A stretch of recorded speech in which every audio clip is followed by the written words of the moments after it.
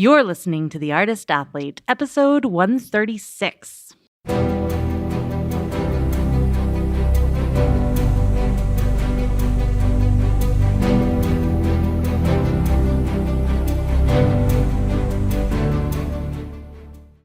This podcast is dedicated to Circus. It's a place for professionals in the industry to share their stories, viewpoints, and information, and a place for outsiders to get a sneak peek into this world. Hey friends, fans, and foes, my name is Shannon McKenna, and I am the host of the Artist Athlete podcast. If you also follow me on Instagram at _artist_athlete, or you're a part of my newsletter, or you're on Patreon at patreon.com/theartistathlete, you probably know that mental health is a component of life that I think is really important. Actually, objectively, it probably is really important, and also I think it's really important, and I do my best to highlight and talk about mental health on this show. May is Mental Health Awareness Month, and in addition to episodes I've had before, such as number 128 with Dr. Veronique Richards, and episode all the way back to 14 with Dr. Kip Matthews, and my circus-specific eating disorder specialist interview with Dr. Jodie Richardson, this week's guest is a clinical psychologist, speaker, podcaster, author, and mental health advocate. Her name is Dr. Sherry Walling, and her company, Zen Founder, helps entrepreneurs and leaders navigate transition, rapid growth, loss, conflict, or any manner of complex human experience. She hosts the Zen Founder podcast, which has been called a must-listen by both Forbes and Entrepreneur magazine, and has been downloaded more than 1 million times, which is a lot. She is also the host of The Mind Curious, a podcast exploring innovations in mental health care via psychedelics, which, yes. Her best-selling book, The Entrepreneur's Guide to Keeping Your Shit Together, combines the insight and warmth of a therapist with the truth-telling mirth of someone who has been there. Her soon-to-be-released new book, Touching Two Worlds, explores new strategies for finding wholeness in the aftermath of loss. She's also been known to occasionally perform as an aerialist and is currently producing a circus show with the same title as the book, and that's what I'm going to be talking about with her today. 2 quick notes before we get started. First of all, this episode contains mentions of death and suicide. And secondly, Dr. Walling sounds so much better than I do in this interview because she's a professional podcaster and I am not.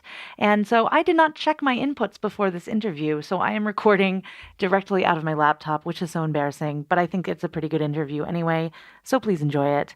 Here's my interview with Dr. Sherry Walling.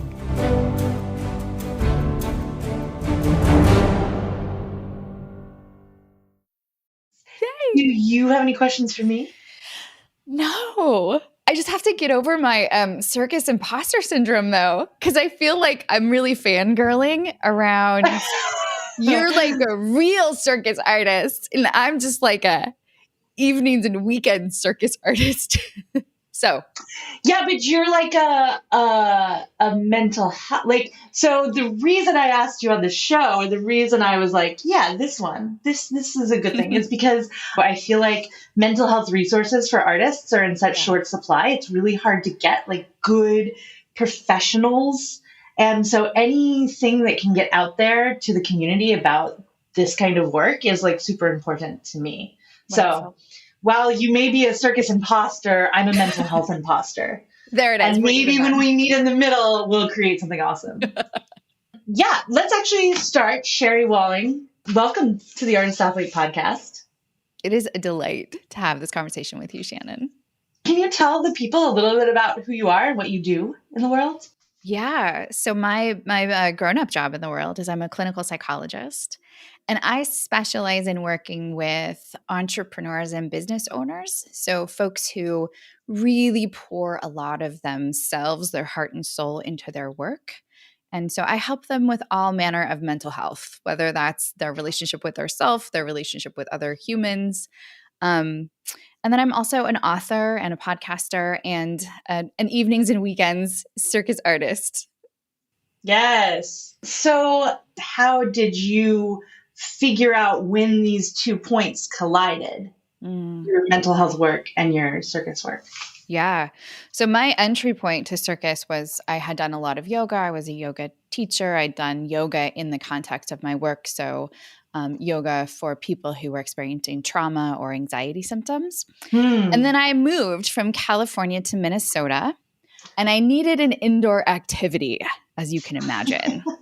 And I ended up in an aerial yoga class, and that was sort of the gateway drug. I was like, this is cool. And the Twin Cities of Minneapolis and St. Paul have a pretty deep circus community. And so I got connected with the circus world here.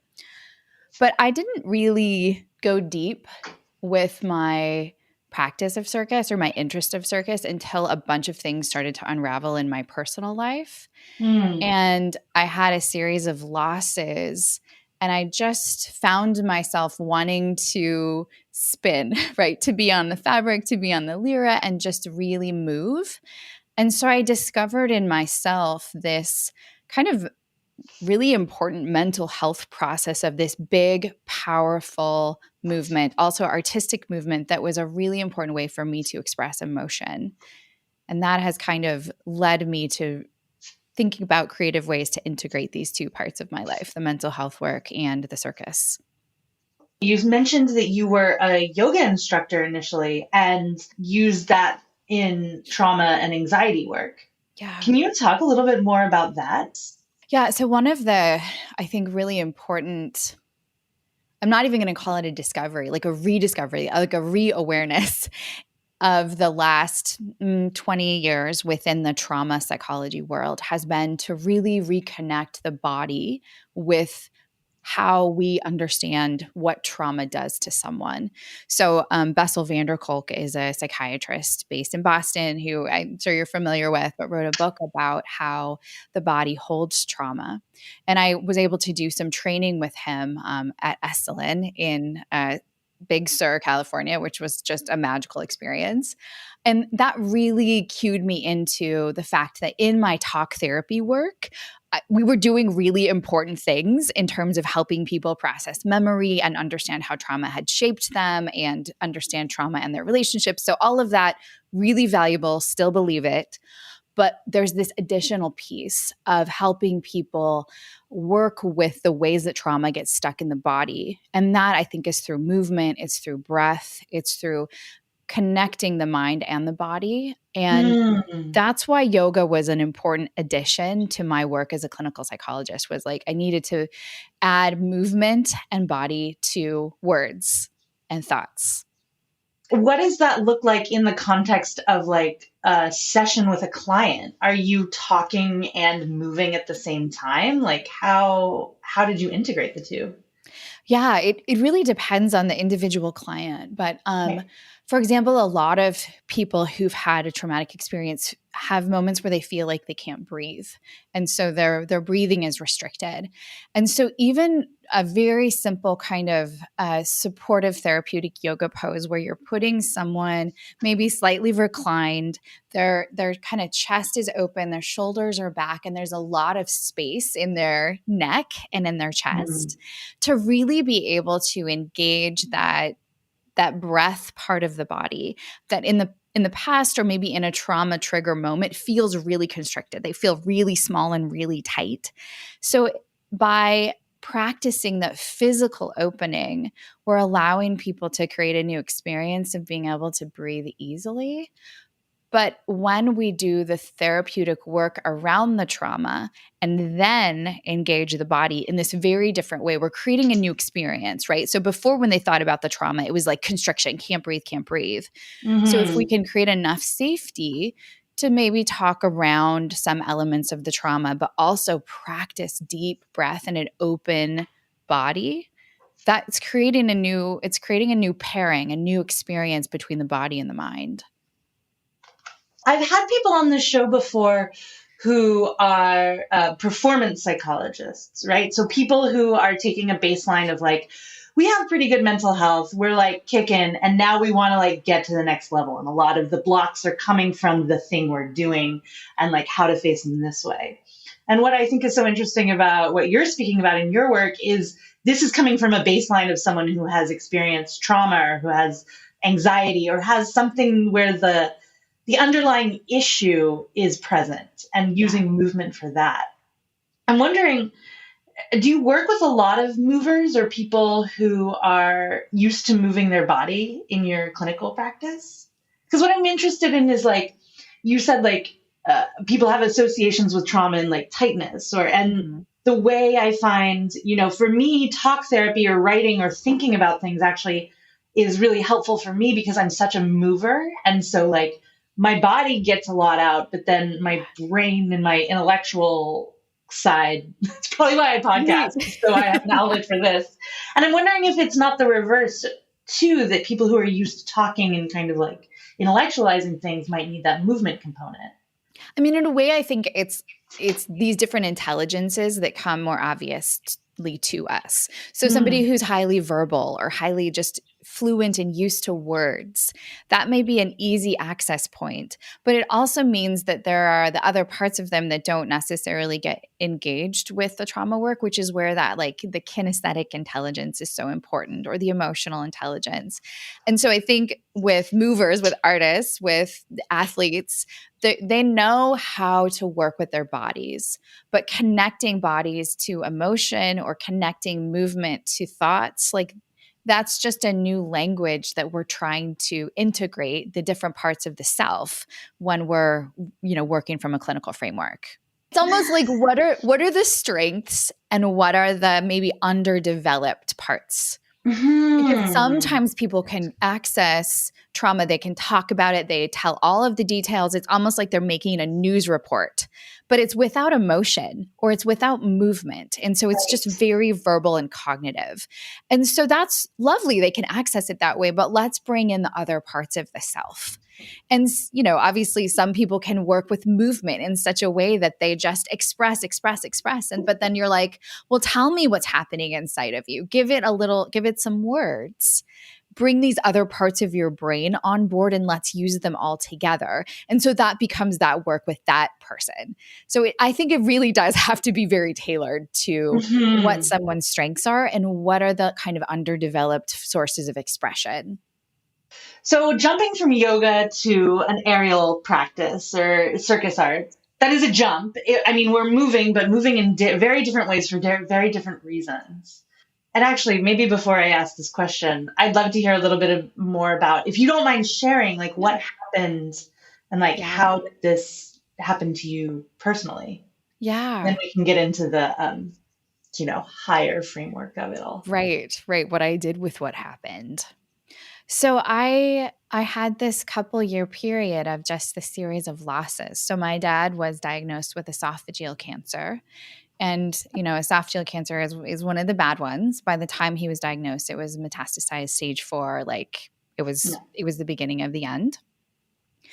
And so from diagnosis to death was 18 months of, sort of just him fighting through rounds of chemo and this experimental medicine and that experimental medicine, really with no significant improvement. So it was just a really long, painful slog for him and, of course, for our family. And then at the same time, my youngest brother, who at the time was in his early 30s, just began to really lose his battle with alcoholism. And so he had been drinking casually since he was a teenager. But I think it was almost the layers of grief and unraveling that was happening with my dad that he just started to implode. And, went through kind of rounds of rehab and all of the things, and then ended up dying by suicide 6 months after my dad died. And so those were these two losses that were happening right as I was beginning my aerial practice. And it just corresponded that way. But I needed that movement so much. I can't even really explain it because there was so much death happening and so many sick bodies and broken minds. And these people I love were just falling apart.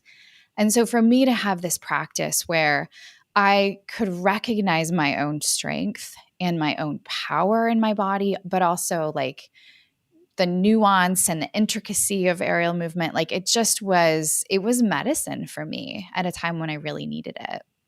Wow. I'm so sorry. Like that Thank is you. really tough.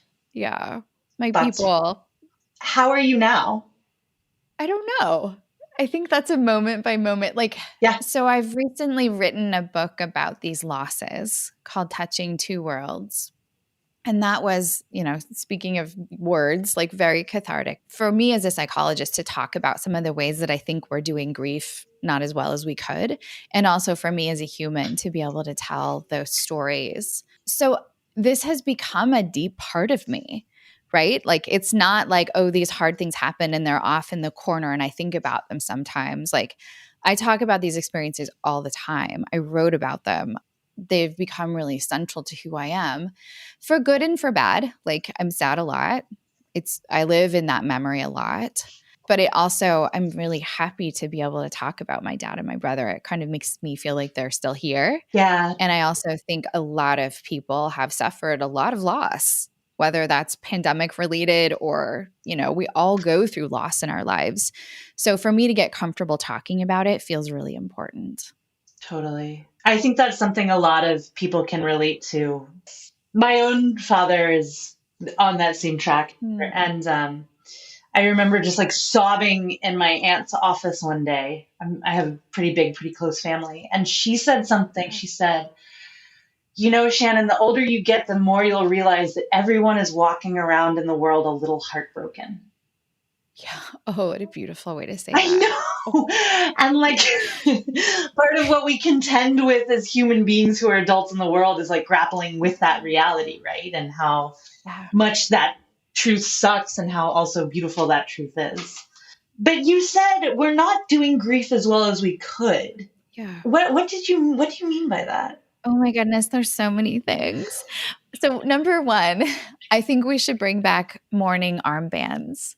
Like, in other traditions or in old stories, you wear black for 2 years after the death of a family member. Or if you are, in certain tribes in West Africa, you wear red. Like there's a color that you wear or an armband that you put on your body so that people around you can see this person is in grief. We should probably not fuck with them today.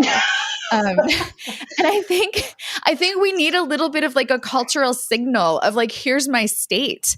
Cause I was in this heartbreak and I would get these emails from like my kids' school that would be like, so-and-so child has not returned this library book. And you could just hear the like anger and sarcasm coming from the school librarian. And I was like, I just cannot. I cannot engage this. I do not give a fuck about the library book.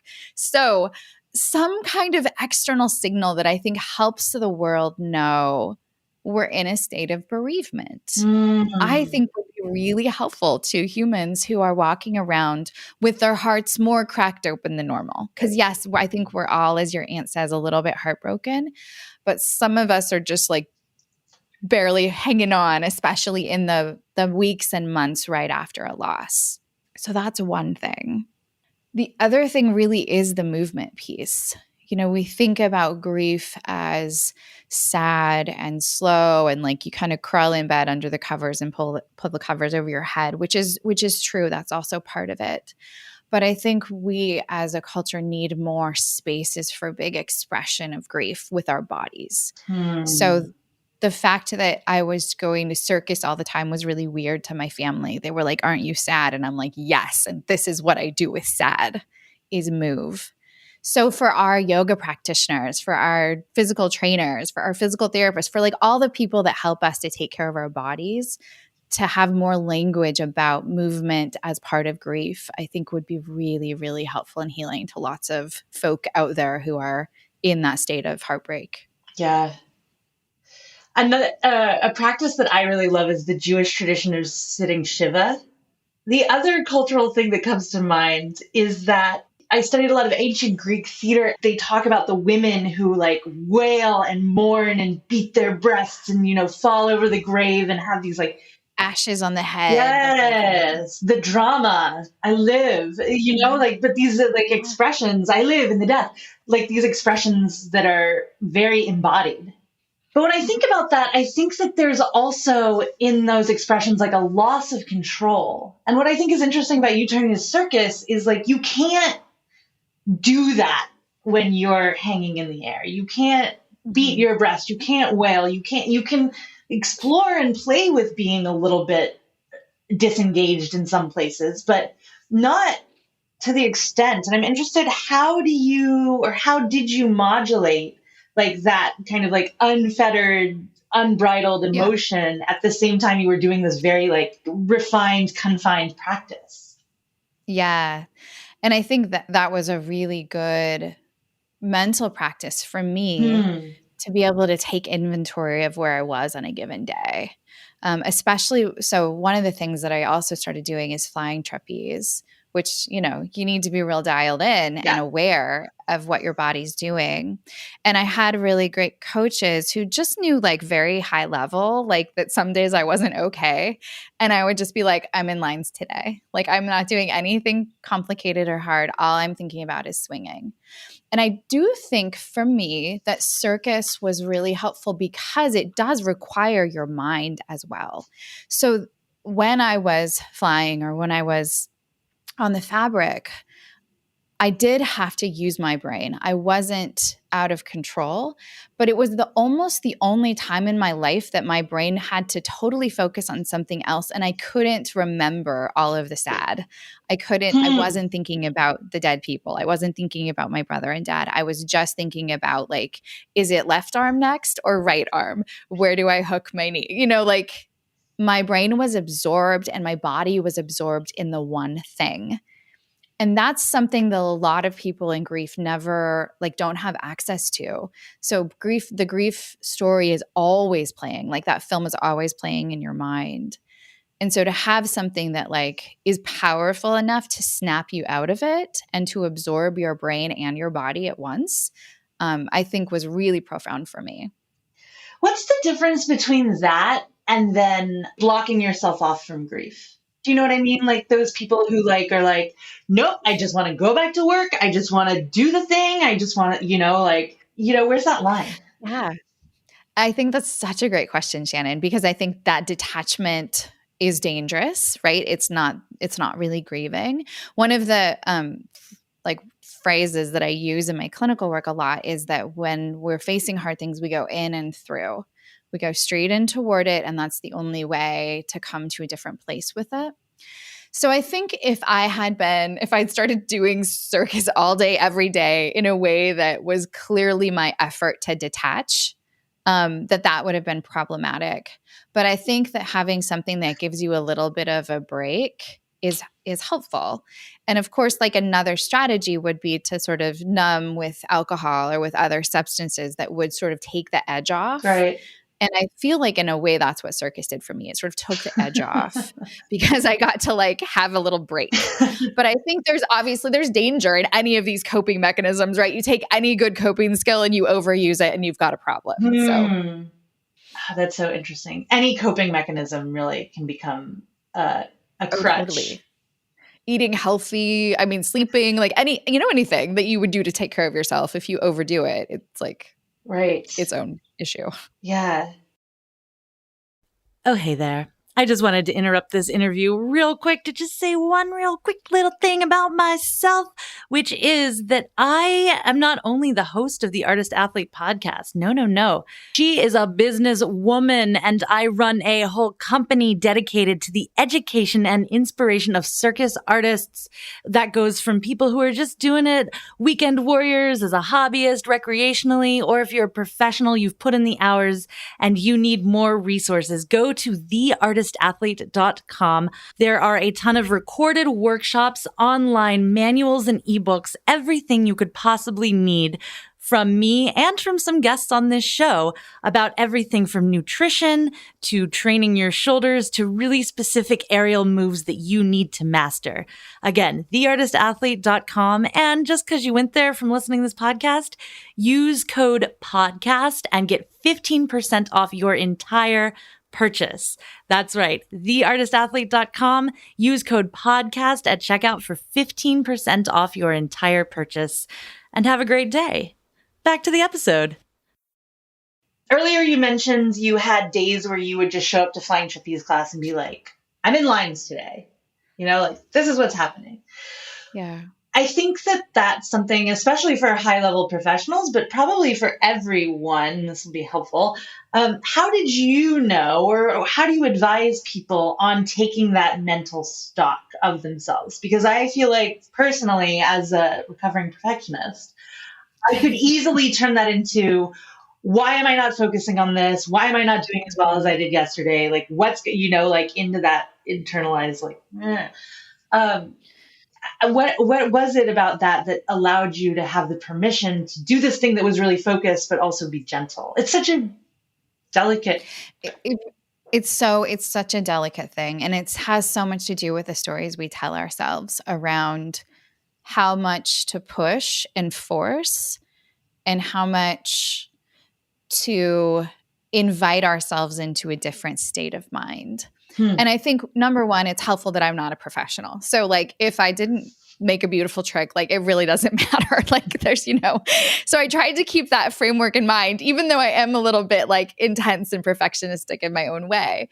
But I think that really careful self-awareness of like, what do I really need today? And sometimes you need a kick in the ass. That's like, okay, enough crying, get up, wipe your tears and go. And sometimes you need gentleness that says, I don't have it today. So I'm just going to like drill this one thing or think about my toe point, like just keep it really simple. And I think if that's a really hard kind of discernment for you, which it is for most of us, let's be honest, especially like the harder and more intense we are, I think having really great dialogue with coaches, with friends, with family members to be like, hey, this is how I'm feeling. What do you think? Like, do you think this is a day where I should just push through? Or do you think this is a day where it's okay to keep it really simple and maybe be more gentle? So if you can't do that for yourself, being in dialogue with trusted other people, and I think a coach is a great person to have that conversation with if you trust them and they know you. Circus is a big community, I think. Like it's community activity. Something really healing about that and awesome about that. But there's also a line, I've talked to other people on this show, Francisco Cruz comes to mind especially, where his brother died very suddenly. When I did the interview with Francisco, I found myself kind of avoiding questions about it. And actually, even at the end, when I turned off the mic, then we started talking about it. And I was like, I didn't know how much to talk. I didn't know what to say. And he was like, actually, like, can we do another episode that's just kind of about Raph and like talking about him? Kind of what you said about your dad and your brother. Like, it feels really good to talk. And I'm wondering, as a circus community, how can we all support a grieving person together? So one of the most like helpful things that my friend Jamie would ask me, she would just say, do you want to tell me a story about Dave today? And she would just sort of invite me to say, yes, I've been thinking about this one time when we were kids and we found this stop sign and blah, blah, blah, blah, blah. Or it gave me the space to say, you know what, thank you, but I don't want to talk about it today. So I think, just in friendships, not even a circus community, but just a friendship practice or a relationship practice of inviting when it's possible someone might want to talk about it and not being awkward about saying their name and asking directly. I think that's really a gift to grieving people, to be able to say yes or no, because so much control has been taken away, as your dad is sick. When my dad was sick, it's like we aren't making any choices for ourselves anymore. And so to be able to have choice about anything is really lovely. So I think that's an important part of supporting someone who's in grief is helping them to feel empowered with choice to talk or not talk. How far away from all these tragedies are you now? How far out? Yeah, almost 3 years. Okay. So my brother died in May 10th of 2019. Right. And when did the shift turn from your personal grieving process into, I'm going to make art about this? Well, I started writing when my dad was diagnosed with cancer. Like we had this day, he lives in California, but he came to Mayo Clinic and we had one of those days where it's like the staging day where they tell you what where the cancer is and all of the things about your cancer and what your chemo is. And so we had this big meeting. It was a horrible day. Yeah. And I walked away from that meeting and just like started writing about all the things I was thinking and feeling. So I started making art, I guess, right away. I just didn't know that it was something that I was going to share. But as time went on and I was writing, I would have a conversation with someone and be like, I've been thinking about that. Can I just send you this like paragraph I wrote about how we take care of people's bodies when they're dying? Or can I send you this thing I wrote about how to cry in an airplane without making a fool of yourself? I would just send these little things to people. And some of them were funny and silly. Some of them were more serious. And I did it enough that I was like, I think I've actually written a book. And so it turns out I had. So I, found an editor and found an agent, and the book came to be, and it will come into the world in July. But somewhere along the way too, one of my coaches, my silks coach, a woman named Lynn, we'd been working together for a few months, and I didn't know that she had a similar story, but she also lost her brother to suicide the year before I did. Mm. And so recently we have been working on a circus show together for Mental Health Awareness Month, where we've invited our local artists in the Twin Cities to help us create an art piece, a story about someone's experience living with mental illness and just the sort of battles that they fight. So I think for both Lynn and I, it feels like a way to make art, make movement, have expression about this really painful part of our lives that often lingers, like I mentioned, sort of in the dark. Like death by suicide is a tough one. People really don't know what to ask about that. Yeah, sure. People really don't know how to talk about that kind of loss. So to show it with our friends, through our bodies, through movement, through music, through some written word from the book, it's not like I one day decided I just needed to do this, but it just sort of came into being, and I think it's going to be pretty special. Why circus, and how did you weave that? Well, circus, because that's the paintbrush I have, right? Like yeah. that's what my body and my brain and my life found, and those are the people that I know, and those are the artists that I am in community with. So that there just was no other. There was no other thing. Mm-hmm. There was no other choice for me. But I do think that because circus is this study in duality, right? It's just brute strength, but also beauty and flexibility. There's a lot of like gentle tenderness in the way that circus artists can move.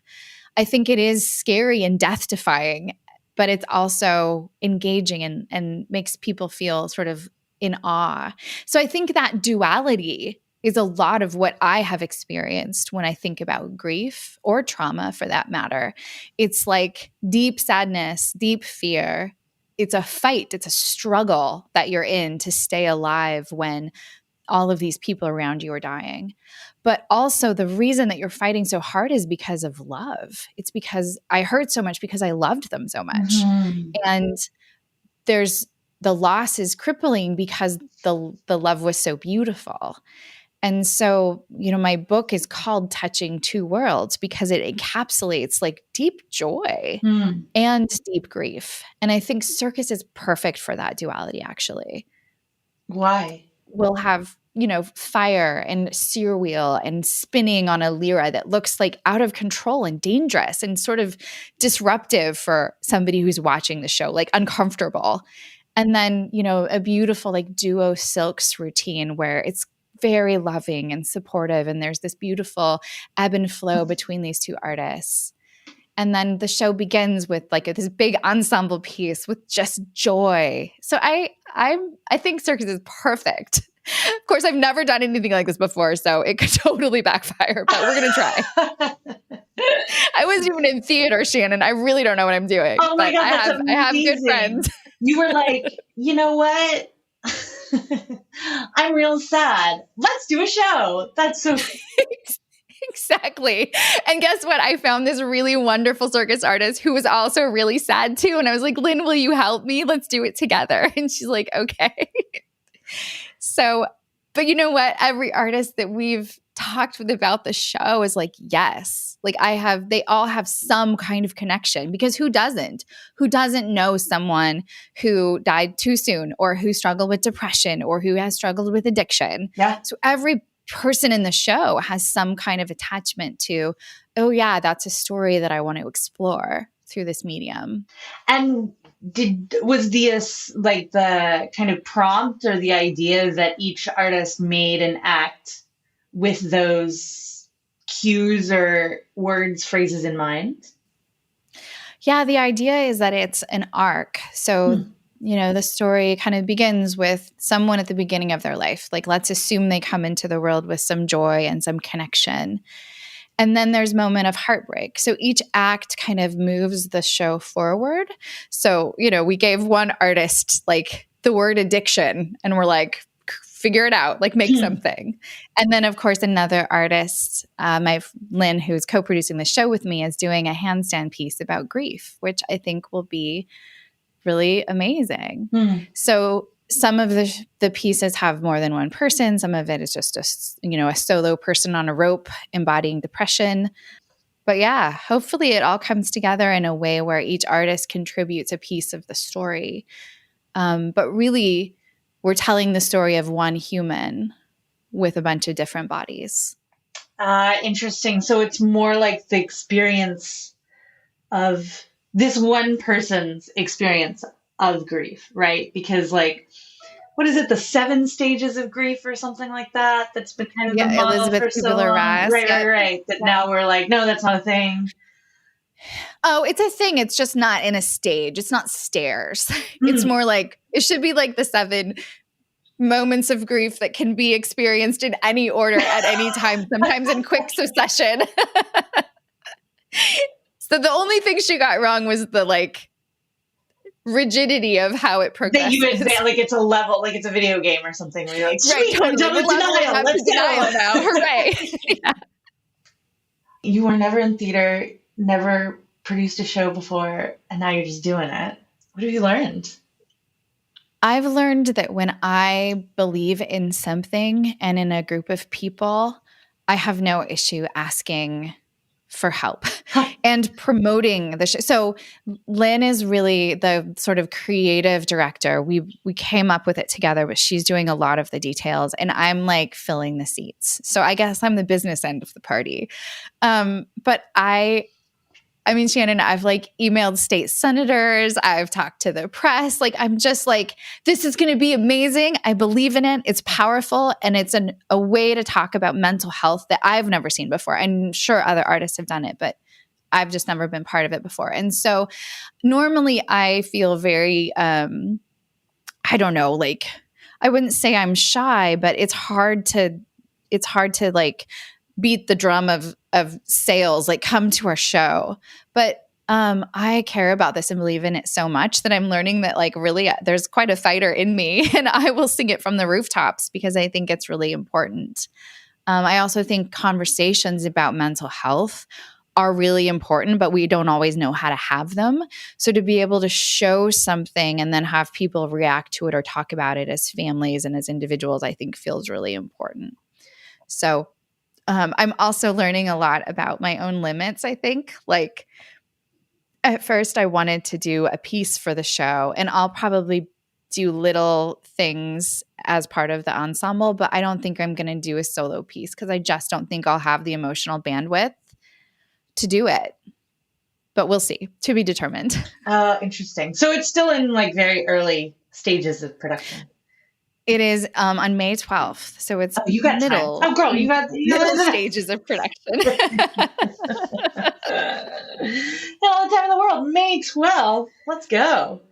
Wow. Why don't you think we talk about mental health? What's that about in our culture? Yeah. I actually, to be honest, I don't think they talk about the whole idea of mental health is something that in a culture where women are throwing themselves on throwing ashes on their face and throwing themselves on the body of the dead, they're not talking about mental health in those cultures either. right? But they are, giving frameworks for emotion, one of the intelligences, in a way that we don't do in this culture. There's space for disruption in that culture. Ooh, and it just happens through your body, through your voice. But I think our culture, just being like Western modern culture, doesn't like disruption. We like control. Mm-hmm. And if we do disruption, it's usually through substances, right? You can like go blow off some steam and have 5 cocktails with your friends, and like that's like an acceptable disruption. But talking about or expressing even in your body, like I'm suffering, I'm in pain, I want to scream, all of that is just really uncomfortable for us. I think too, we're such a like fix it culture. And so when we see a problem, we want to fix it. So it's not only like a terrible thing. Like I don't blame us all for our inability to digest this well. Right. But I think we just get really, our empathetic selves get really uncomfortable, and we want to fix it. We want to make it better. And so that's not often what's possible with long suffering problems, whether that's depression or whether it's cancer. We can throw meds at it. We can do little things to make it better, but it's a lot of like sitting Shiva, like just sitting, being, holding, loving, not necessarily fixing. That's so. I feel like I just had a breakthrough. I was like, oh my God, even by like doing this podcast and by trying to be like, I want to promote this out in the world, I feel like I'm trying to somehow like fix the problem as well, like for myself a little bit. Maybe. But we're maybe. But I think that's where saying the words, like saying the names of the people that have passed, saying the words depression, suicide, anxiety, addiction, like just letting it be out in the cultural consciousness a little bit more, I think is important, not so much in fixing it, but in just not like repressing it. In acknowledging that many, many people have broken hearts. And let's not pretend that we don't. So it makes it easier for us to go to our coach on a given day and be like, hey, my heart's feeling a little breaky today. And for there to be an open discussion about, oh, here's what you should do instead of pushing yourself.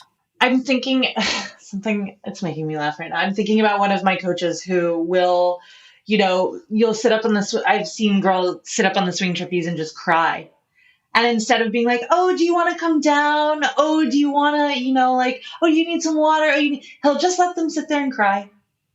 And then when they're ready to start again, they just say, come on, sit. And they start again, and I used to think that was so cruel to not just rush towards and try to be like,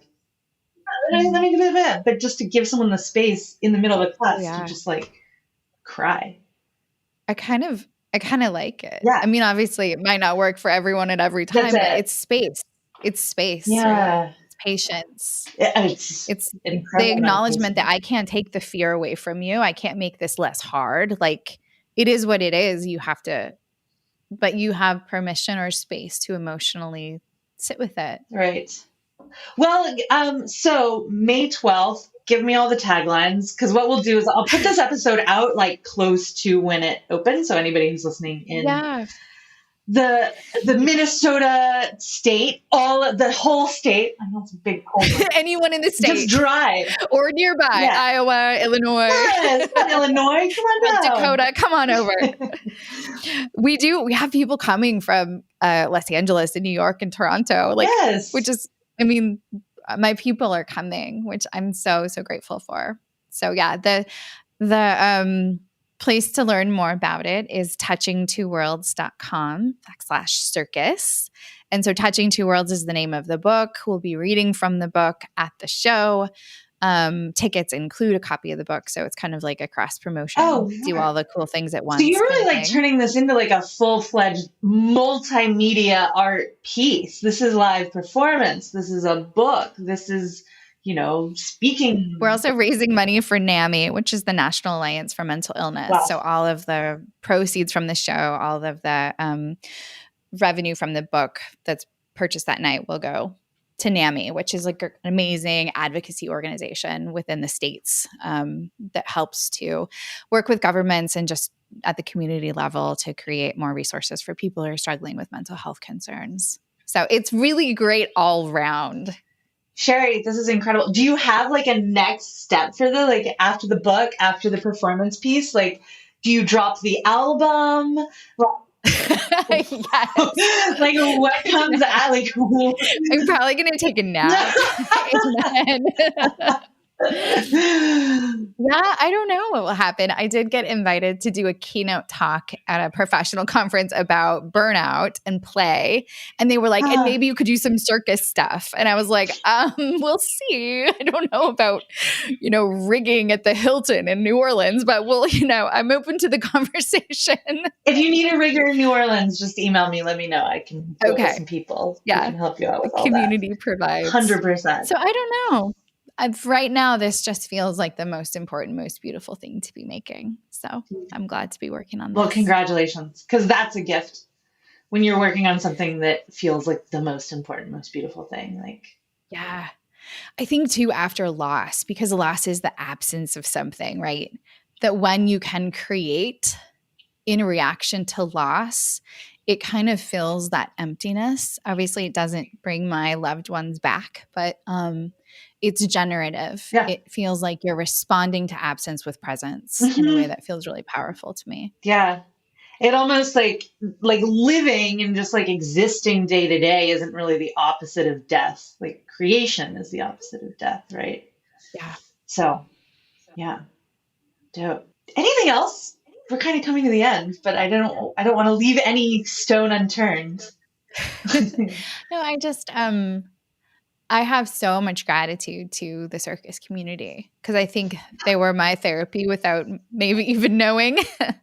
And I'm really grateful to you for the conversation and just for the way that you are bringing so much thoughtful awareness to the lives of circus artists and all of the different components that go into this, I think, pretty magical art form. So I'm really grateful to be on the show. And for all of the coaches and folks that have trained me over the years, thank you. And I'm sorry that I cried so much. No, girl, we got you. I love it when people cry in my class. I might cut that part out. I don't know. But it means something's happening. It means something's happening. Something's moving. Yeah, that's it. That's it. What advice would you give to yourself at the beginning of your career? Well, at the beginning of my circus career, I would say stretch more, honey. Just stretch. Because I'm 44, so getting in my getting my splits in, requires a lot of stretching. But I guess I'm more going back to the very beginning of the conversation when we were talking about movement and trauma and mental health versus physical expression. What do you know now that you didn't know then? My deepest truth is that all of the parts of me have a place in my work and in my play. My body, my mind, my words, my expression, all of it. When I started, I felt like I had to act like a doctor. And I trained at Yale. I can play professional very well. But now that I'm bringing in this other part of me into my work, it feels like the fullness of me in a way that is really powerful and satisfying. So she's integrated. We love to see it. Yes. Congratulations. Well, Sherry, thank you so much again for taking the time, coming on the pod. And I can't wait to follow the journey of this show. Amazing. Thank you so much.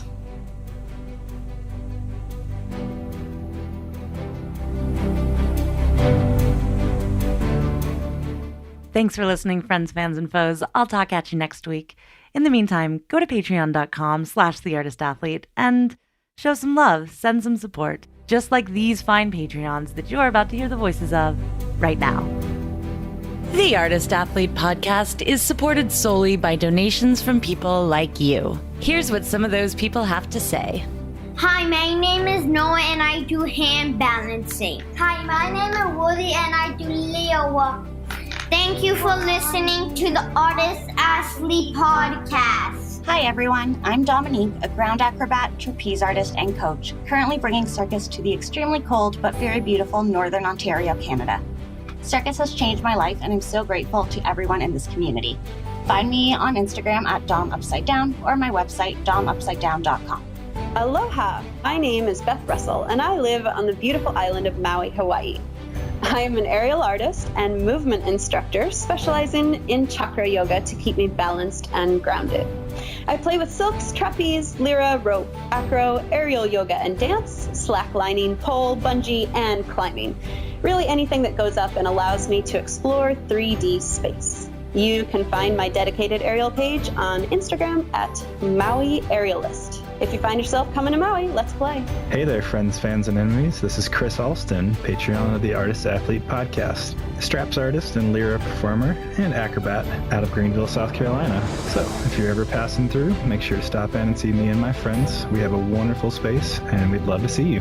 Hi, my name is Erica Lee. I'm from St. Louis, Missouri, and I'm an aerialist. I teach performing arts to elementary school during the day and do pole and swing and rope by night. I really, really like the Artist Athlete podcast because it gives me a lot of circus goals to look forward to. It gives me a lot of insight on what's going on around the world in circus, and that's why I'm Patreon. Hello all.